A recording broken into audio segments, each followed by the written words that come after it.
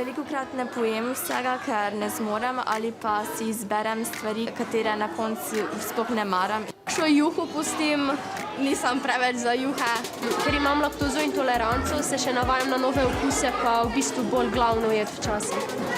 Mislim, da testenin, ker skuhamo celo porcijo, potem pa ne pojemo. Imamo dosti izbire in lahko izbiramo in potem se nam ne ljubi vsak dan pač tisto isto jesti. Vzamemo novo, ker danes hrana ni več tako draga. Lahko bi zmanjšali odpad hrane s tem, da bi pred nakupom pregledali, kaj že imamo doma.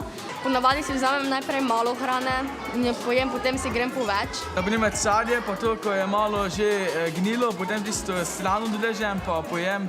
Mislim, da moramo ceniti to, kar dobimo, ker mogoče nekateri otroci nimajo zadosti hrane. Tisto, ki pridelamo sami, tudi več pojemo, ker smo vložili trud v njo.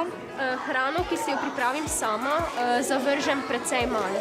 Čeprav mi živimo v izobilju, če ne bomo tudi mi pazili na to, koliko hrane zavržemo, tudi za nas ne bo več dolgo tako.